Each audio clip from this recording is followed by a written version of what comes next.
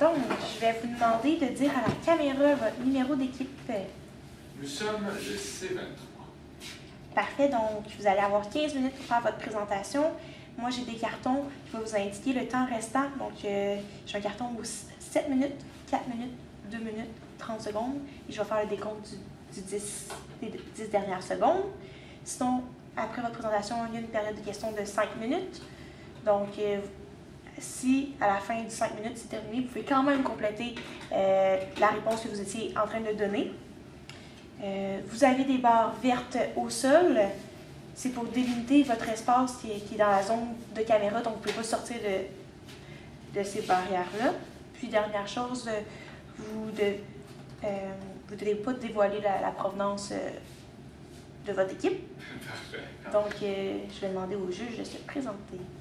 Bonjour, Anne Petit-Roux, je suis spécialiste budget et analyse de projet dans le réseau de la santé à Montréal.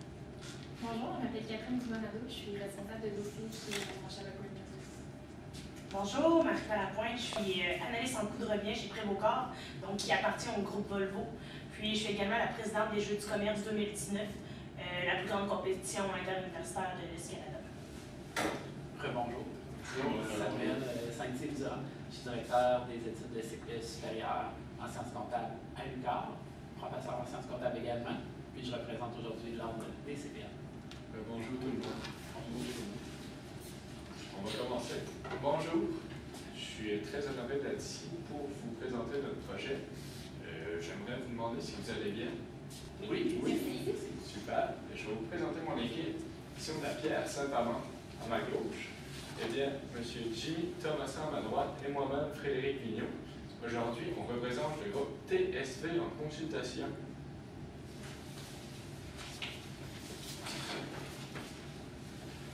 Premièrement, comme je vous l'ai dit, on va commencer par vous répéter un peu le mandat que vous nous avez donné à remplir. Donc, au début, il fallait savoir est-ce que ça respectait les normes comptables et quelle était la meilleure opportunité d'affaires entre la poterie de notre sœur Kate, de notre cousine et le projet canin de notre chum. Et pour la fin, vous présentez les deux états des résultats et les bilans. Donc, premièrement, en fait, vous nous avez présenté vos états de résultats qui finissaient au 30 juin 2018. Ces états des résultats-là, on a remarqué qu'il manquait vos retraits et puis vos impôts qui n'ont pas été ajoutés à vos états des résultats. Donc, on a pris en considération que vous l'avez calculé lors de l'inclusion du capital dans le bilan.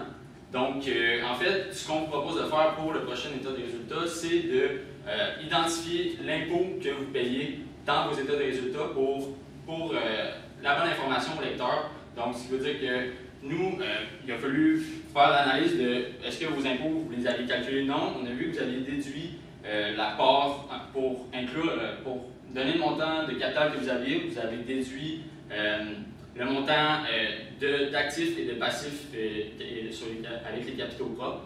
Donc, il serait bien de l'inclure dans vos états de résultats pour la prochaine année. Donc, vous pourriez en parler à votre comptable ou si vous désirez continuer de faire vos états financiers, de l'ajouter par vous-même. Donc, à partir du bénéfice avant impôt que vous calculez. Ensuite de ça, on a remarqué que vos retraits n'étaient pas inclus. Donc, on a déduit aussi que il était comme inclus dans votre capital au bilan. Ça, c'est important à inclure dans votre bilan, puisque pour la bonne information du lecteur, on peut savoir que votre entreprise est reliée à vous et puis déduire quel retrait vous avez fait pendant votre année. Donc, pour ce qui est de vos états financiers, on pouvait rajouter aussi que vous n'aviez pas, en fait, il fallait, pour l'écriture de régularisation, on a remarqué qu'il aurait fallu fermer les comptes. Donc, le compte de vente avec l'état des résultats, nous, l'écriture de régularisation qu'on aurait faite, c'est débiter tous les produits et puis créditer sommaire de résultats et puis débiter toutes vos charges et puis débiter sommaire de résultats. Donc, ce qui ferait entre les deux votre bénéfice net ajouté à votre bilan. Donc, pour vos états financiers, c'est ce qui compléterait. Ensuite, pour William, on a remarqué que oui, William fait une comptabilité de caisse. Cette comptabilité-là, elle n'est pas acceptée par les normes comptables. Donc, ce qui veut dire que nous, là, prochainement, on va lui présenter ces états des résultats mis à jour, donc dans une comptabilité d'exercice. Donc, ça, on va s'occuper de lui en parler pour la prochaine rencontre qu'on va avoir avec lui. Donc, je poursuis un peu sur ce que Jimmy disait, dans le fond, ce qu'il va falloir faire pour passer de la comptabilité de caisse de William à la comptabilité d'exercice, c'est surtout William il comptabilise seulement quand il y a une entrée d'argent ou une sortie d'argent. Donc, il va falloir voir avec lui ce qui est actif, ce qui est charge, ce qui est produit, puis ce qui est plutôt investissement ou financement. C'est comme ça qu'on va passer de la comptabilité de caisse à la comptabilité d'exercice. Pour l'entreprise de William et Kate, du côté de Cana, on a fait un peu l'état des résultats. Je vous la présente ici, vraiment raccourci. On a les produits Cana, les produits donc qui va être faits par rapport au cours que M. William va donner derrière la bâtisse. Il va aussi avoir les cartes de fidélité. Ensuite, il va y avoir les conférences aussi. On va avoir aussi que ce que je vous présente, c'est les ventes de thé. Donc, les ventes qui vont continuer. Et même dans les ventes de thé, on a rentré les ventes de petits biscuits ou les petits gâteries Cana qui représentaient 20% du revenu de l'an dernier. Donc, pour les ventes totales, qui se situent environ 260 000 $. Et les coûts des marchandises vendues, donc on parle d'une marge de profit avec la nouvelle entente et la publicité de 30%. Donc, on parle des coûts des marchandises vendues de 66 523 pour une marge brute de 187 000. On a aussi nommé beaucoup de charges, trouvé beaucoup de charges dont on a inclus les charges de l'an passé et pour cette année de la compagnie de thé de vous. Et aussi les charges qui sont en lien avec la compagnie Canine. Donc on peut entrer les charges automobiles et les charges en lien avec les chiens, tout ce qui est l'entretien des chiens. Et pour finir, pour avoir un bénéfice net de 136 997 à la fin de l'année. Donc, on peut faire l'analyse de l'état des résultats de William et Kate qui situe un ratio de marge bénéfice net sur vente de 54%, donc qui est quand même très bon pour l'entreprise que Kate pourrait faire avec son conjoint. Ensuite de ça, pour le bilan qui regroupe l'entreprise de Kate et l'entreprise de William, en fait, on a ajouté au bilan que vous nous avez donné pour l'exercice précédent, on a ajouté le passif à William, ce qui veut dire son véhicule qui a ajouté, et puis tous les frais pour le matériel qui va servir pour les présentations, donc qui va tout être financé entièrement. Donc, on a ajouté ces investissements-là au passif. Et puis, en fait, on a ajouté aussi au bilan l'encaisse de William. Donc, on a fait, avec le relevé de banque que vous nous avez donné, nous avons rajouté, c'est ça, ce montant-là à l'encaisse. Donc, ce qui a ajouté l'encaisse au bilan des deux entreprises. Et puis, on a ajouté, c'est ça, les dettes et puis, en fait, les intérêts à payer, on a calculé, on a ajouté les intérêts à payer aussi qui allaient être pour ce qui est de William. Et puis, donc, ce qui vient dire que pour le bilan des deux entreprises ensemble, ça donnerait un ratio de 17% de passif sur l'actif. Donc, ce qui est quand même raisonnable pour le passif sur l'actif. Donc, maintenant, je vais vous parler de si vous faites la fusion plutôt avec votre cousine. Ce qu'on a fait ici, on a reproduit le bilan que ça donnerait. On a pris les stocks que votre cousine avait au niveau poterie, là, la poterie, la peinture, le vernis, les accessoires, on l'a tout rentré dans le stock. C'est ce qui vient augmenter votre stock. On n'a pas fait la différence entre le stock de thé et stock poterie. C'est quelque chose qu'on pourrait faire si vous voulez pour bien voir quel stock pour différencier les deux activités. Mais pour l'instant, on l'a laissé comme ça. Même chose pour les immobilisations, le four de votre cousine, plus les étagères pour faire sécher les poteries. Donc, ça nous donne un total d'actifs de 303 et 977. Après ça, pour les passifs, il n'y en avait pas pour votre. Avec la cuisine, là, on rentrait vraiment les. Il n'y avait pas de fournisseurs et tout ça. Donc, ça nous donne un total du passif sur l'actif de 10%, ce qui est mieux que si on fait l'actif et sur le passif du TCAN. Pour ce qui est de l'état des résultats, ici, on a trouvé bon de différencier les deux activités. Donc, on a le produit de vente de poterie. Ça, on sait que c'est 50% de marge brute, plus le produit de location du local qu'on a différencié, parce que ça, c'était 6 $. Le local, oui, on le paye, mais ça va être plus dans les charges ici. Fait qu'on n'a pas de coût de marchandise pour ça, fait que c'est 6 $ par personne par poterie. Vente de thé qui augmente de 1,6 %. On l'a ajouté ici à votre état des résultats pour 2019. Pour ce qui est des charges d'exploitation, on a ajouté le salaire de l'employé de plus qu'on allait engager, plus tout ce qui était relié, dans le fond, au stock de poterie, peinture qui allait passer en charge lorsqu'on allait les avoir utilisés. Fait qu'on les a toutes mis ici à l'état des résultats, ce qui nous donne un bénéfice de, excusez-moi, on va mettre sur le point, 224 000, non, 22 437 et 23 pour un bénéfice net sur vente de 13 %, ce qui est moins que si vous choisissez le TCAN. Mais ce qu'il faut retenir aussi on ne l'a pas mis dans les états, mais c'est que si vous choisissez cette option, vous avez la possibilité de vendre la cour arrière à la municipalité. Fait que ça, il faut en prendre en compte quand on va analyser. Ça vous fait un 12 000 dans le fond que vous pouvez vendre le terrain à la municipalité. Fait que ça va être directement en encaisse. Et aussi prendre en considération avec William que ça va être un coût de renonciation que vous allez avoir si vous ne prenez pas ce terrain-là. Fait que pour l'aménagement de la cour, voir si c'est plus payant de le prendre pour aménager ça pour des chiens ou le vendre à la municipalité. Et aussi, dans le fond, pour différencier, là on vous a parlé de plus financier, les états des résultats, le bilan.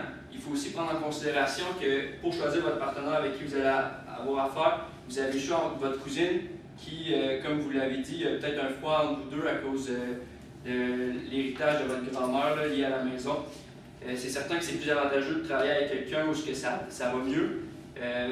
Aussi, ce qu'il faut prendre en considération du côté de votre cousine, c'est que elle a un autre emploi, elle ne sera pas à temps plein là-dedans. Puis on a besoin d'elle pour faire affaire avec le fournisseur qui est difficile. Fait qu'à ce moment-là, c'est quelqu'un qu'on a besoin, mais qui ne sera pas tout le temps là. Fait que ça peut nous ralentir dans nos démarches quand on veut faire affaire avec le fournisseur, tout le temps avoir à attendre après notre cousine pour pouvoir avancer. Tandis que, comme on a vu, si vous faites affaire plutôt avec votre chum William, ben c'est plus 50-50. Lui, il va s'occuper plus côté chien. Vous n'allez pas avoir nécessairement à gérer ça, il connaît ça.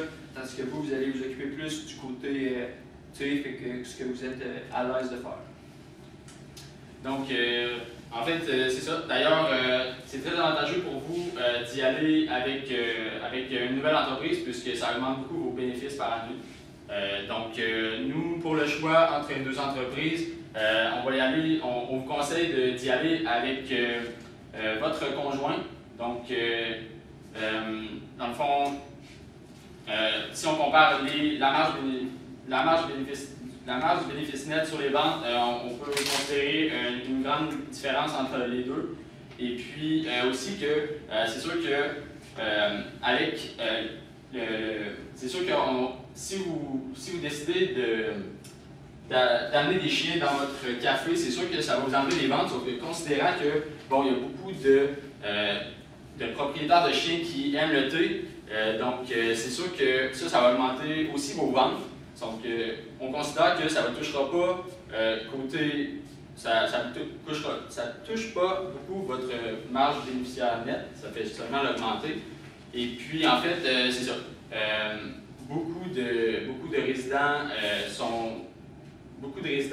d'après nous, vont venir à votre thé, puisque c'est ça, il y a des nouvelles activités qui s'ajoutent à la bâtisse.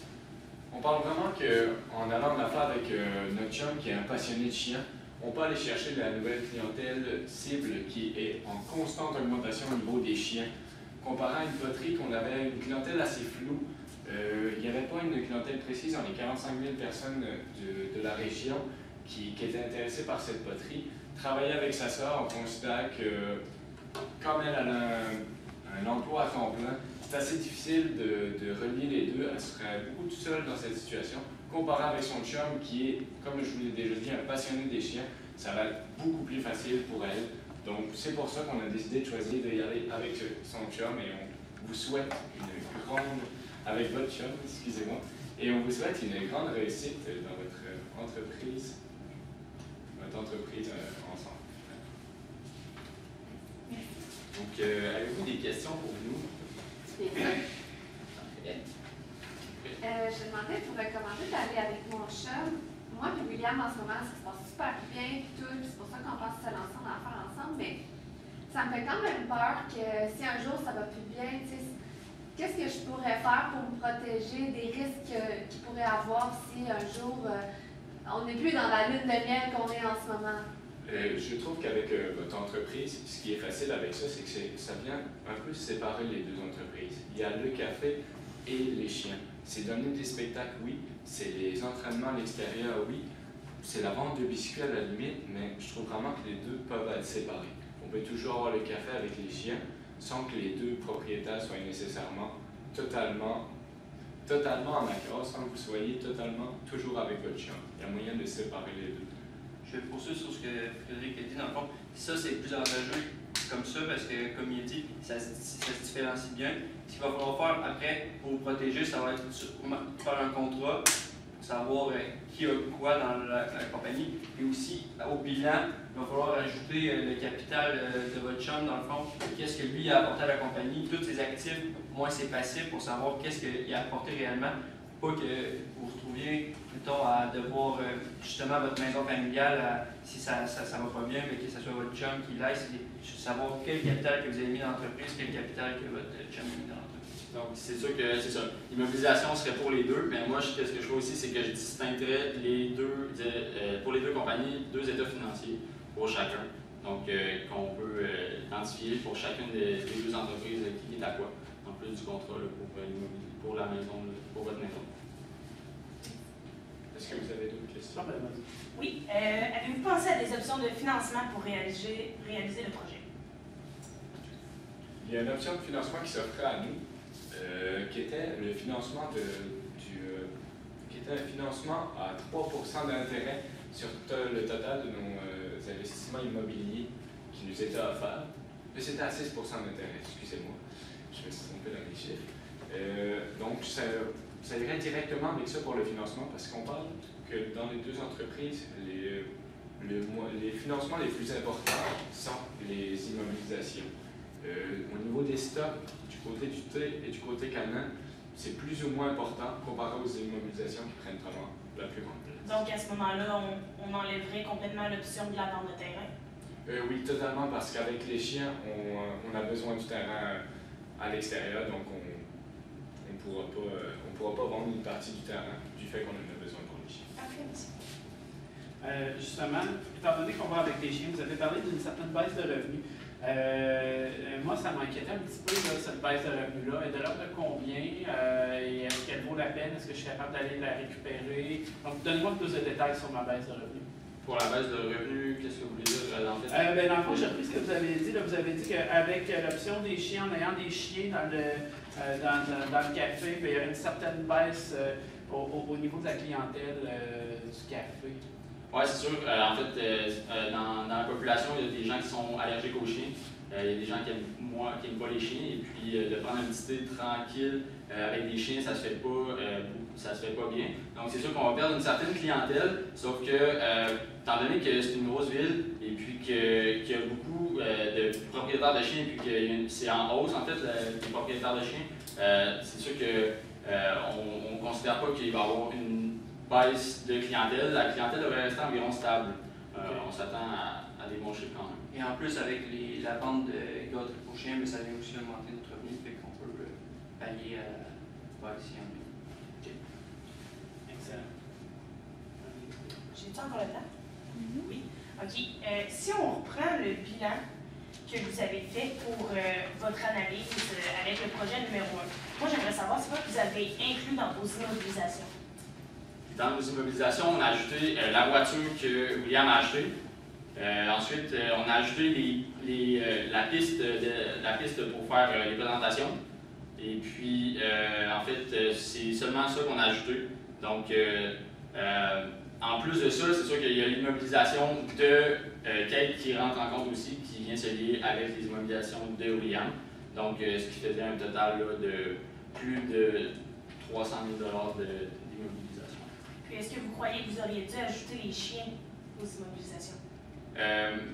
Les chiens, on les a ajoutés, les chiens? Oui, on les a mis, les chiens à l'immobilisation. Surtout parce que vu qu'ils ont une durée de vie de 13 ans, c'est comme une immobilisation dans le fond, là.